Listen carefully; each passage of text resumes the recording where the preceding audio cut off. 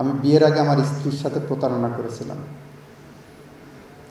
আমার স্ত্রীকে যখন বললাম ওকালতি করব, উনি চাচ্ছিলেন আমি সরকারি চাকরি করি। আমি বললাম যে আমি ওকালতি পেশায় যাচ্ছি এই কারণে তোমাকে যাতে বিয়ের পর অনেক সময় দিতে পারি। তো উনি খুব কনভিন্সড হলেন। আমার সিনিয়র ছিলেন বিচারপতি নিজামুল হক নাসিম সাহেব, ওনার ওয়াইফের সাথে যখন কথা বলেছেন, ওনার ওয়াইফ বলছে যে লয়ারকে বিয়ে করছো, ওনার কাছে সময় পাবা না জীবনে।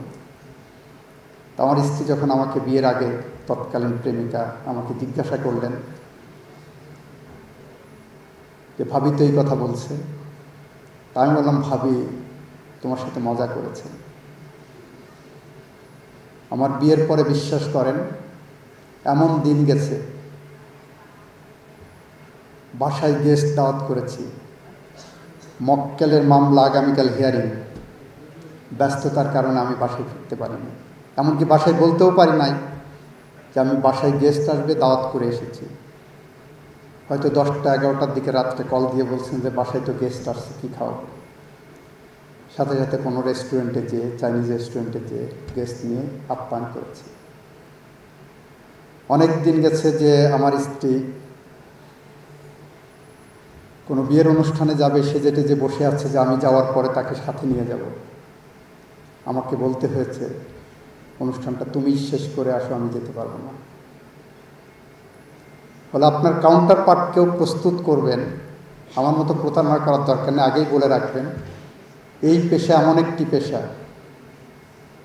যে পেশা থেকে আপনি যদি সত্যিকার অর্থে ভালো কিছু করতে চান তাহলে আপনাকে কঠিন পরিশ্রম করতে হবে। লয়ারদেরকেও বাসা ভাড়া দিতে চায় না, লয়ারদের কাছে কেউ মেয়ে বিয়ে দিতে চায় না। কারণ মেয়ে বিয়ে দিলে জামাই শ্বশুরের সমস্ত সম্পত্তির উপর চোখ যাবে। বাসা ভাড়া দিলে ওই বাসা ছাড়তে যাবে না, পারলে ওই বাসার দলিল করে নিজের নামে লিখে নেবে। এটা বাস্তবতা। আমি যেদিন বিয়ে করতে যাব ওই দিন সকালবেলা আমার ঢাকা শহরে কোনো বাসা নেই। আমি শুক্রবার সকালে ঘুম থেকে উঠে ইত্তেফাকে হঠাৎ মনে হলো, তা বিয়ে করার পর প্রথম 2-3 দিনে শ্বশুরবাড়ি থাকলাম, গ্রামে চলে গেলাম, ফিরে এসে থাকবো কোথায়। আমি যখন পত্রিকা ইত্তেফাকে বাসা ভাড়ার বিজ্ঞাপন দেখছি, এক ভদ্রলোককে ফোন দিলাম, এই যে একটা প্রফেশনের প্রতি আপনার নেগেটিভ ধারণা, এটা আমি বদলানোর জন্য আপনার বাসায় আমি ভাড়া নেব। তো বললেন সন্ধ্যায় আসেন, তাহলে বাসা ভাড়া দেখে যান। আমি বললাম সন্ধ্যায় বিয়ে করতে যাব, যেতে পারবো না, একটা ছেলে পাঠাবো, কালকে সকালে আসবো আমি দেখতে। তো ওই ছেলেকে আমি আরেকজনকে পাঠালাম বিকালে, বাসা দেখে এসে বলার পর ওই বাসা নিলাম। আমি ওই বাসায় প্রায় 8 বছর ছিলাম। বাসার মালিককে একদিনের জন্য সুযোগ দিইনি আমাকে বলা যে এই প্রফেশনাল লোক খারাপ। আমি যখন ওই বাসায় নোটিশ দিয়ে ছেড়ে চলে আসবো, তখন মালিক বলছে আপনি যাইতে চাইলেও আমি বিনা ভাড়ায় আপনাকে রাখতে চাই যদি থাকতে চান। এই প্রফেশনটাকে আমরা এমন একটি উচ্চতায় নিতে চাই, যে উচ্চতায় গেলে একজন কন্যাদায়গ্রস্ত পিতা মনে করবেন আমি একজন আইনজীবীর কাছে আমার মেয়ে বিয়ে দিতে চাই। আপনি ল পাস করলেন, ল পাস করার পর আপনি যখন বার কাউন্সিলের সনদ পাবেন, সনদ পাওয়ার পরের থেকে আপনার জীবনের 5টি স্তরে পরিপূর্ণ থাকবে। তার প্রথম স্তর হলো নো ওয়ার্ক নো পে।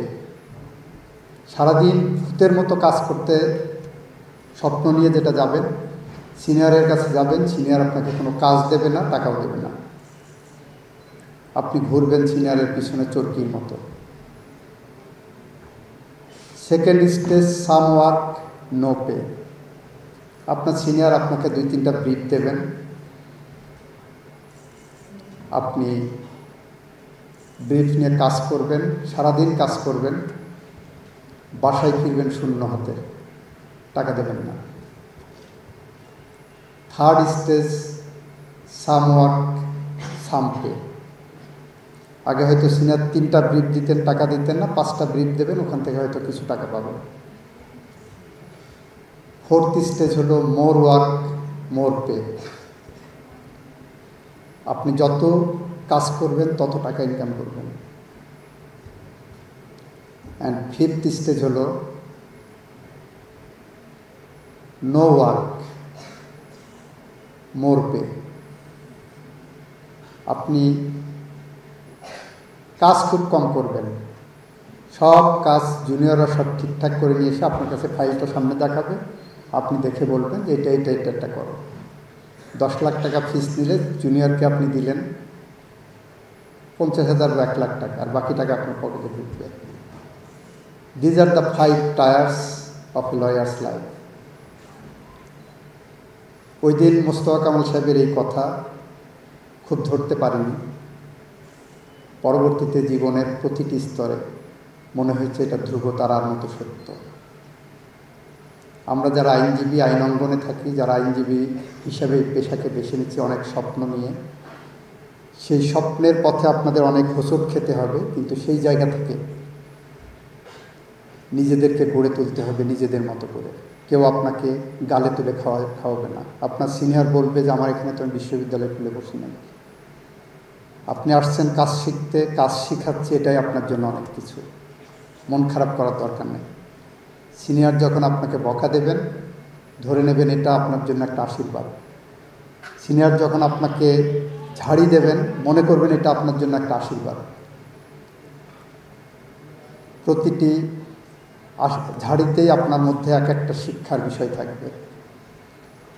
বিশ্ববিদ্যালয়ে যারা ল পড়ছেন এখন, আমি যখন ঢাকা বিশ্ববিদ্যালয়ে ল পড়েছি, আমি যেদিন থেকে পেশায় ঢুকেছি ওই দিন থেকে ভুলে গেছি আমি একাডেমিক্যালি কী শিখেছি। যদি শিক্ষার সংজ্ঞার কথা বলেন, তাহলে জন্ম থেকে মৃত্যু পর্যন্ত, দোলনা থেকে কবর পর্যন্ত অর্জিত সমস্ত অভিজ্ঞতাই যদি শিক্ষা হয়ে থাকে, আইন পেশায় আপনি প্রতিদিন শিখবেন, প্রতি মুহূর্তে শিখবেন, প্রতিটা ক্ষণে শিখবেন। বিশ্ববিদ্যালয়ে যে আইন পড়ছেন, এই আইনের প্রয়োগ, এই থিওরিটিক্যাল ল ওখানে খুব কম প্রয়োগ পাবেন।